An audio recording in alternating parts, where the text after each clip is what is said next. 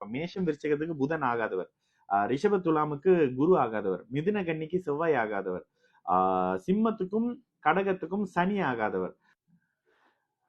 வணக்கம். நமக்கு என்கிற ஞானத்தையும் வேத ஜோதிட ஞானத்தையும் ஆன்மீக ஞானத்தையும் வழங்கிய அனைத்து குருமார்களுக்கும் நன்றி என்ற அதே வேளையில் இது ஒரு ஜோதிட விளக்கு வீடியோ விருப்பம் உள்ளவர்கள் தொடர்ந்து பார்க்கலாம். நமது 18VUI யூடியூப் சேனலை சப்ஸ்கிரைப் பண்ணியிருக்கின்ற அனைத்து தோழிகளுக்கும் நமது நன்றிகள். இப்ப சமீப காலமா ராசி பலன் நிகழ்ச்சி ஒரு 2-3 இடத்துல பண்ணியிருந்தோம். ஸோ அந்த ராசி பலன் நிகழ்ச்சியில உங்களுக்கே ஒரு கேள்வி வந்திருக்கும். திருமணம் சார்ந்த அமைப்புகள் பண்ணும்பொழுது 6, 8, 12ஆம் அமைப்புகளோடு சம்பந்தப்பட்டிருக்கக்கூடிய கிரகங்கள், பாபத்துவ கிரகங்கள் அமைப்புகள்ல, அதாவது தசாபுத்தி லக்னத்துக்கு 6, 8ஆம் அதிபதியாக வரக்கூடிய கிரகங்கள், அல்லது பாபத்துவ அமைப்புகள் இருக்கக்கூடிய கிரகங்கள், அல்லது சஷ்டாஷ்டக கிரகங்கள். இந்த சஷ்டாஷ்டக அமைப்புகளை அருமையான அமைப்புல புரிஞ்சு வச்சிருக்கீங்க. இது எப்படிங்க உங்களுக்கு தெரியும் அப்படின்னு கேட்டா, நம்ம கிட்ட ஜாதகம் பார்க்க வரும்போது அன்னைக்கு ஒரு பொண்ணு என்ன இந்த குருதச சுக்கர புத்தி 6 கேட்டா இருக்கிறதுல ஒரு பலன் நடந்துச்சு அப்படின்னு நான் எடுத்தோடனே முதல் கேள்வி, என்னங்க ரீசன்ட்லி ஏதாவது ஒரு பிரிவு வந்ததா அப்படின்னோடனே சிரிச்சுட்டுன்னு இதை நீங்க சொல்லுவீங்க அப்படின்னு தெரியும் அப்படின்னாங்க. எப்படி உங்களுக்கு தெரியும் அப்படின்னு கேட்டோன்னே அப்ப அதுல அவங்க சொன்ன விஷயம் என்னன்னா, இந்த மாதிரியான விஷயம் நான் கோத்ரூ பண்ணேன். அப்ப எனக்கு ஜோசியத்தெல்லாம் பெரிய நம்பிக்கை இல்ல. இந்த வீடியோஸ் பார்த்து சில விதிகள் எனக்கு பொருந்தும் போது எனக்கு அது தோணுச்சுங்க. எப்படி அப்படின்ற மாதிரி அதுக்கப்புறம் தான் வீடியோஸ் பார்க்க ஆரம்பிச்சேன் அப்படின்னு.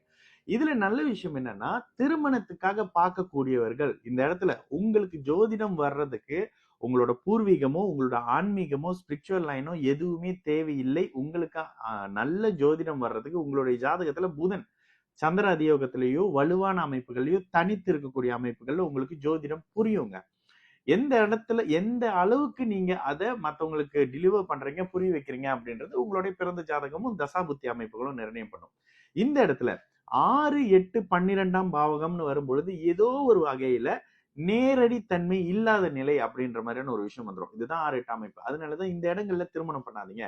இதுல குறிப்பிட்ட லக்னங்களுக்கு சிலர் ஆகாதவர் இருப்பார். மேஷம் விருச்சிகத்துக்கு புதன் ஆகாதவர், ரிஷப துலாமுக்கு குரு ஆகாதவர், மிதுன கன்னிக்கு செவ்வாய் ஆகாதவர், சிம்மத்துக்கும் கடகத்துக்கும் சனி ஆகாதவர், இவரு தனுசுக்கும் மீனத்துக்கும் சுக்கிரன் ஆகாதவர், மகரத்துக்கு சூரியன் சந்திரன் ஆகாது, சூரியனும் சந்திரனும் ஆக மாட்டாங்க, கும்பத்துக்கும் சூரிய சந்திரனுக்கு ஆக மாட்டாங்க, அவ்வளவு பெரிய நட்பலன்களை கொடுக்க மாட்டாங்க.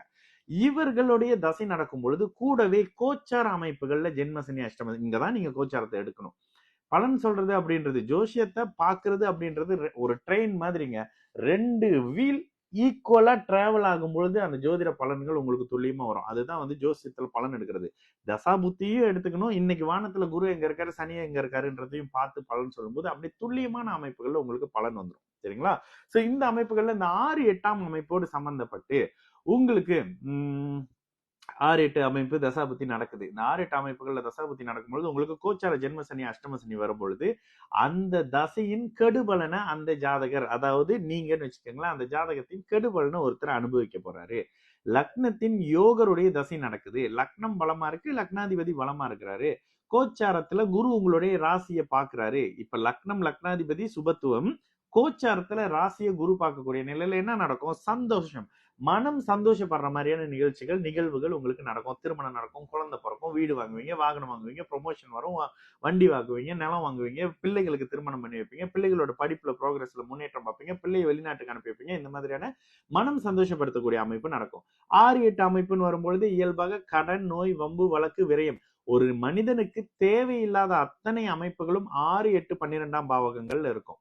அப்ப தேவையே அறவே இல்லையான்னு கேட்டாங்கன்னா 8வது இடம் ஆயுளும் 12வது இடம் போகமும் உங்களுக்கு ஒரு மனுஷனுக்கு தேவை. ஆனா 12ஆம் இடத்துல உங்களுக்கு மோட்சம் தெரியுதா, அது தெரியுதா, இது தெரியுதான்னு கேட்டீங்கன்னா அது நம்ம செத்து போய் தான் பார்த்துட்டு வரணும். அது எனக்கு தெரியாதுங்க. ஓகேங்களா? அப்போ 6, 8, 12 குறிப்பாக 6ஆம் பாவகமும் 8ஆம் பாவகமும், 8ஆம் பாவகம் ஒரு விஷயத்தை முடித்து வைக்கக்கூடிய பாவகம், 6ஆம் பாவகம் தீராத அமைப்புகள்ல தொடக்கம், ஒரு தொடக்கம், முடிவே இல்லாத தொடக்கம் கொடுக்கக்கூடிய 6ஆம் பாவகம். இது பிரச்சனைகளை, கடன்களை, வம்புகளை, வழக்குகளை, நோய்களை நிரந்தரமாக்கக்கூடிய தன்மைன்றனால தாங்க கோச்சார அமைப்புகள்ல இந்த இடத்துல திருமணம் பண்ணாதீங்க அப்படின்னு சொல்றது. ஓகே, இதை நிரூபிக்கணும்ல.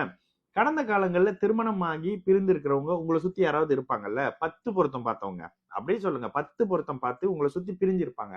அவங்களுடைய ஜாதகத்தை எடுத்து பாருங்க. 30 வயதுக்கு கீழ்பட்டவங்களாக இருந்தாங்கன்னா அவங்களுக்கு ராசி லக்னத்துக்கு 2, 7, 8ஆம் இடத்தோட சனி, செவ்வாய், ராகு அமைப்புகள் இருக்கும். ஓகேங்களா? 2வது நிலையாக அவங்க திருமணம் பண்ணது 6ஆம் அதிபதி தசையிலயோ, புத்தியிலயோ, அந்தரத்திலயோ, கோச்சாரத்துல ஜென்ம சனியோ, அஷ்டம சனியிலயோ பண்ணிருப்பாங்க. இல்லைன்னா இந்த திருமண பிரிவு வராதுங்க. ஓகேங்களா? இதை தாண்டி லக்ன பொருத்தத்தை எப்படி நீங்க இந்த திருமண பொருத்தத்தை எப்படி பார்த்து கொடுக்குறீங்க அப்படின்னு கேட்டீங்கன்னா, லக்னத்தில் சனி இருக்கக்கூடிய ஒருத்தரை, லக்னத்துல சனி இருக்கக்கூடிய ஒருத்தரோடவே பொறுத்துங்க. 2 பேரும் ஒருத்தர் ஒருத்தர் சந்தேகப்பட்டுக்குவாங்க, ஒருத்தர் ஒருத்தர் சந்தேகப்பட்டுக்கிட்டு சந்தோஷமா இருப்பாங்க. லக்னத்துல செவ்வாய் இருக்கிற ஒருத்தரை செவ்வாயோடவே பொறுத்துங்க. அவங்க ஒரு 2 பேரும் சண்டை போட்டுக்கிட்டு சந்தோஷமா இருப்பாங்க. லக்னத்துல சுபர் இருக்கக்கூடிய ஒருத்தரை லக்னத்துல சுபர் இருக்கிற ஒருத்தரோடவே சேருங்க. இது வந்து ரொம்ப சிம்பிளான விஷயம். எண்ணங்களின் அடிப்படையில அவர் இப்படி பண்றாருங்க, இப்படி பண்றாருங்க, அவரோட தொடர்புல இவரோட தொடர்புல இருக்காருங்க, லக்னம் கெட்டு போச்சு, சுக்கிரன் கெட்டு போயிட்டாரு, 7ஆம் பாவகத்தின் அடிப்படையில ஒரு தவறுதலான அமைப்பு. இதெல்லாம் தனிநபர் ஜாதகம். அப்படியே ஒட்டுமொத்தமான ஒரு ஒரு சுக்கிரன் சனி சேர்ந்துட்டு அந்த அமைப்பு வந்துருமானா, தூரத்துல இருந்து ஒரு குருவும் பௌர்ணமி சந்திரனும் தொடர்பு கொண்டாங்கன்னா அந்த அப்படியே தலைகீழா மாறி சுத்தமான ஆன்மீகம் அனுபவிச்சுக்கிட்டு நேர்மையான அமைப்பா இருப்பாரு. இந்த மாதிரி இருக்கும். ஒரு ஜாதகமும் தனித்துவமான ஜாதகம்ங்க. அதுல 6, 8, 12ஆம் அமைப்புகள் என்ன மாதிரியான குணத்தை பிரதிபலிக்குது, உங்களோட லக்னமே 6, 8, 12ஆம் அமைப்பாக இருக்குதா, இதெல்லாம் செக் பண்ணி பாருங்க. சில அமைப்புகள்ல ஏன் இந்த 6, 8 அமைப்புகளை அழுத்தி ராசி பலன்ல கூட பேசுறோம் அப்படின்றது உங்களுக்கு தெரிய வரும். சரிங்களா? நல்லது நடக்கும். எல்லோரும் நல்லா இருப்போம். வணக்கம்.